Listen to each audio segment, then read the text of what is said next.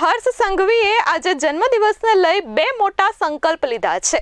પહેલા તેમણે સેવા કાર્ય સાથે જન્મદિવસની ઉજવણી કરી અને ત્યારબાદ ગુજરાતમાં ડ્રગ્સ મુક્ત બનીને ગુજરાત રહેશે તેવું નિવેદન આપ્યું અને ગૌ હત્યારાઓ સામે કડક કાર્યવાહી થશે તેવો સંકલ્પ લીધો।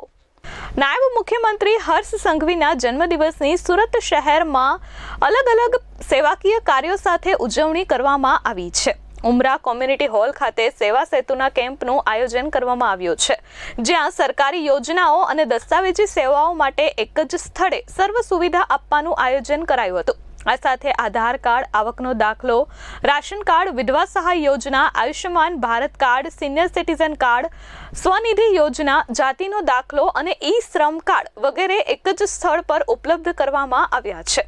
મોટી સંખ્યામાં લાભાર્થીઓ આ કેમ્પનો લાભ લેવા પહોંચ્યા હતા। નાયબ મુખ્યમંત્રીના જન્મદિવસને લઈ સુરત શહેરમાં અલગ અલગ વિસ્તારોમાં અનેક સેવાકીય કાર્યક્રમોના આયોજનો કરવામાં આવ્યા છે। આજનો દિવસ એ મારા જીવનનો ખૂબ મહત્વનો દિવસ છે। આજનો આખો દિવસ હું સેવા દિવસ તરીકે મનાવી રહ્યો છું। આપ જોઈ શકો છો કે અહીંયા હજારો લોકોને આજે એમના ચહેરા ઉપર સ્મિત આવી છે। નાના નાના બાળકોથી લઈને વડીલ બાપુજીના ચહેરા ઉપર ખુશી છે।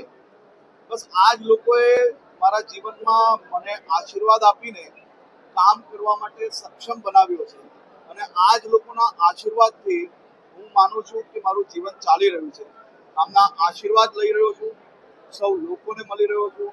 આજે હું સુરત શહેરના અલગ અલગ વિસ્તારોમાં મારા અલગ અલગ જગ્યાઓ પર વડીલોને મળવા જવાનો છું, બાળકોને મળવા જવાનો છું અને સેવાભાવી સંસ્થાઓ દ્વારા જે કાર્યક્રમ કરવામાં આવ્યો છે કાર્યક્રમમાં હાજર।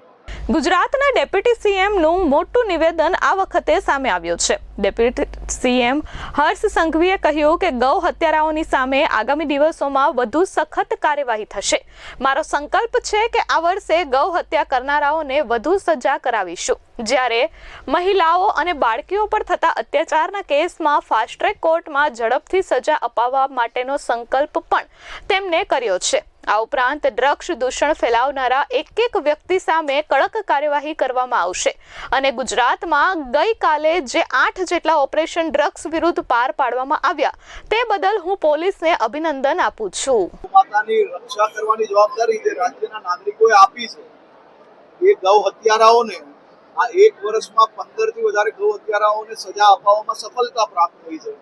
આવતા વર્ષે આનાથી વધુમાં વધુ ગૌ હત્યારાઓને સજા કઈ રીતે અપાય એ જ મારા આ વર્ષનો સંકલ્પ છે।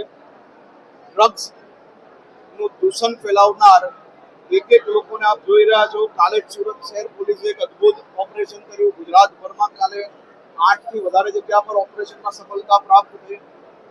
ડ્રગ્સના આ દૂષણખોરો સામે મારી લડાઈ છે અને આ લડાઈ હું મજબૂતાઈથી લડીશ।